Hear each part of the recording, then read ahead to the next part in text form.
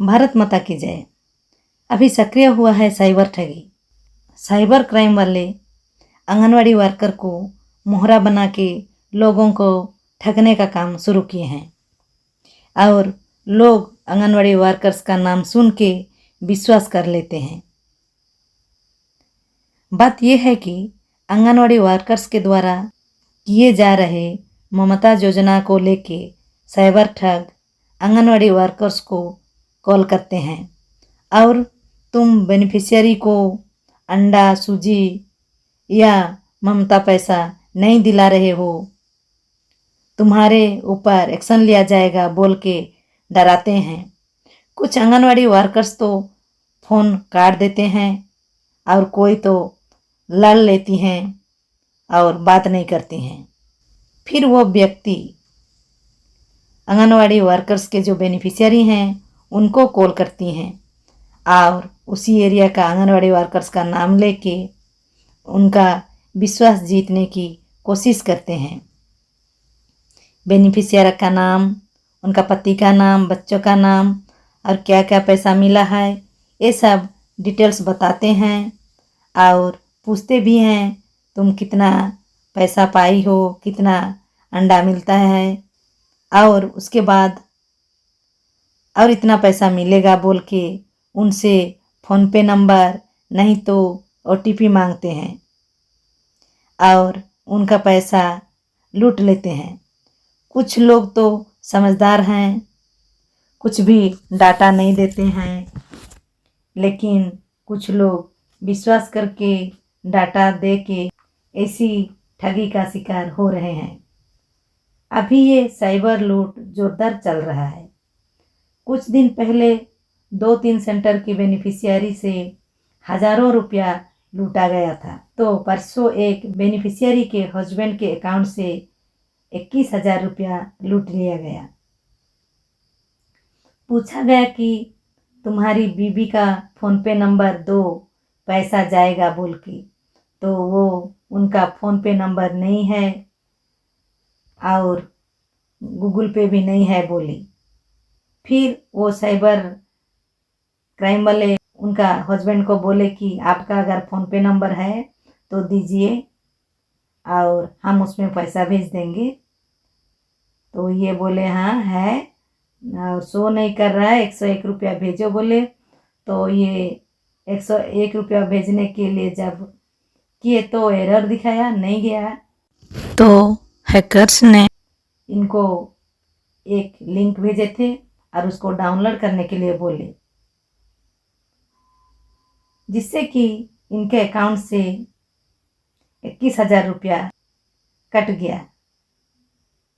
तो हम आप लोगों को सबको रिक्वेस्ट करते हैं, ऐसे ही बहुत ही कॉल आ रहा है तो आप लोग सचेतन रहिए और अपना मेहनत का कमाई ऐसे कुछ ही क्षण में मत गवाइए, क्योंकि ये ठगी किस प्रकार से होगा वो किसी को नहीं मालूम। वो क्या बोलेंगे, कैसे बोलेंगे, किस तरीके से बात करेंगे वो भी नहीं मालूम। ये सीधा साधा बोल रहे हैं हम वो ICDS ऑफिस से कॉल कर रहे हैं, आप इस सेंटर का बेनिफिशियरी हैं, आपको इतना पैसा मिलेगा। ये सब बोलने के बाद लोग विश्वास कर लेती हैं, क्योंकि उनका आंगनवाड़ी वर्कर का नाम आता है, उनका बच्चों का नाम आता है, उनका पति का नाम आता है, ICDS ऑफिस का नाम आता है। सब नाम आने के बाद वो लोग सोचते हैं कि सही में ये ऑफिस वाले ही कॉल किए हैं और वो उनका डाटा दे देते हैं और ये सब ऐसे ही हुआ है। तो सबको रिक्वेस्ट है कि आप सावधान रहिए।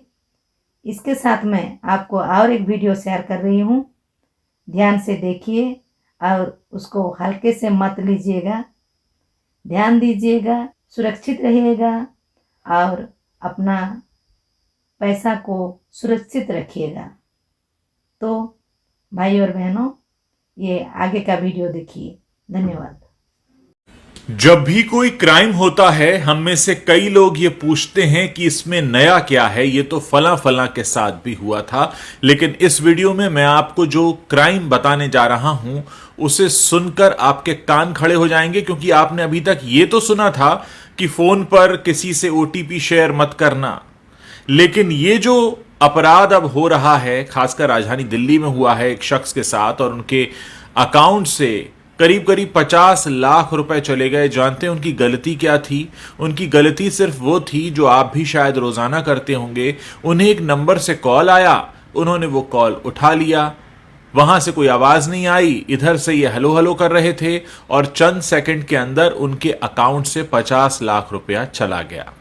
यह बिल्कुल नई तरह का अपराध है। अभी तक पुलिस इसके बारे में पता नहीं कर पाई है कि कौन सी टेक्नोलॉजी इस्तेमाल की गई है, लेकिन ऐसा लगता है कि जिस शख्स ने इन्हें फोन किया उसके पास इनके फोन का रिमोट एक्सेस आ गया था, और जब तक ये हलो हलो कर रहे थे, इधर से कोई आवाज जा नहीं रही थी, उतनी ही देर में, क्योंकि उस शख्स के पास इनके फोन का रिमोट एक्सेस था, उसका काम हो गया।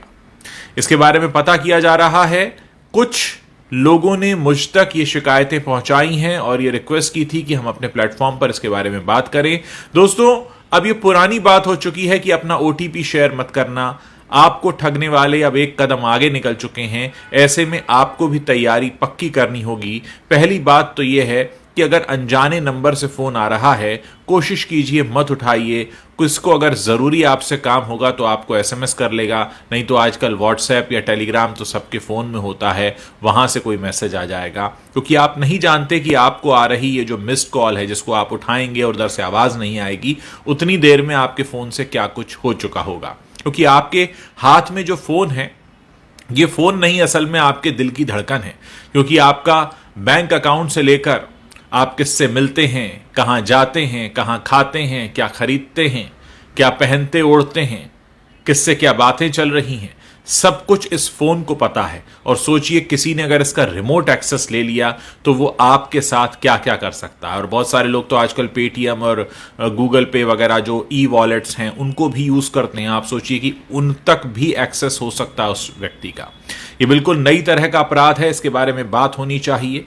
ये जो फोन जिसे हम अपने हाथ में लिए घूमते हैं, जिससे ऐसा लगता था कुछ समय पहले तक कि हम फोन रखते हैं, अब ऐसा लगने लगा है कि फोन ने हमें रखा हुआ है, क्योंकि इसके बिना हम रह नहीं सकते।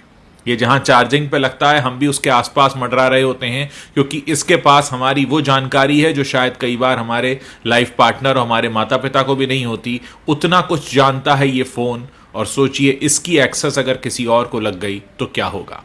इस समय, पिछले कुछ समय के दौरान बहुत तेजी से साइबर अटैक्स के मामले बढ़े हैं। 2022 में एक रिपोर्ट प्रकाशित हुई थी जो ये बताती है कि इस दुनिया में हर 40वें सेकंड में कहीं ना कोई साइबर अटैक हो रहा होता है, और इनमें से 94% साइबर अटैक्स ऐसे हैं जो ईमेल के जरिए होते हैं, और इस दुनिया की 64% कंपनीज ऐसी हैं जिनमें कभी ना कभी साइबर अटैक तो हुआ ही है। पिछले दिनों राजधानी दिल्ली के एम्स हॉस्पिटल के सर्वर पर भी अटैक हुआ था, जहां से बहुत सारे वीवीआईपीस का डेटा चोरी हो गया था, जिसकी तादाद करीब 4 करोड़ के आसपास बताई जाती है।